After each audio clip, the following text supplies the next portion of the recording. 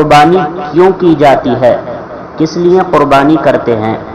صحابہ کرام رضوان اللہ علیہم اجمعین نے رسول اللہ صلی اللہ علیہ وسلم سے معلوم کیا کہ ما ہی الاضاحی یا رسول اللہ، اے اللہ کے رسول، یہ جو ہم قربانی کرتے ہیں، جانوروں کو ذبح کرتے ہیں، جانوروں کو قربان کرتے ہیں، یہ کیوں کرتے ہیں اور یہ کس لیے کرتے ہیں، اور ان کے قربان کرنے پر ہم کو کیا ملے گا؟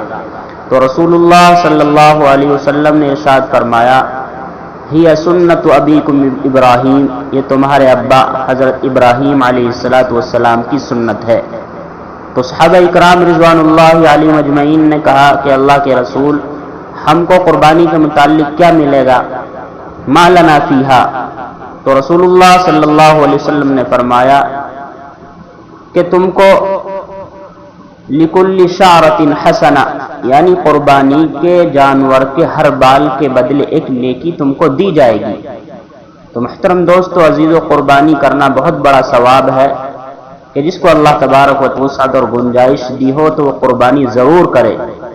ایک حدیث شریف کے اندر رسول اللہ صلی اللہ علیہ وسلم نے ارشاد فرمایا کہ من وجد سعۃ فلم یضحی فلا یقربن مصلانا، کہ جو شخص وسعت ہونے کے باوجود قربانی نہ کرے تو خبردار وہ ہماری عیدگاہ کے قریب نہ آئے۔ السلام علیکم ورحمۃ اللہ وبرکاتہ۔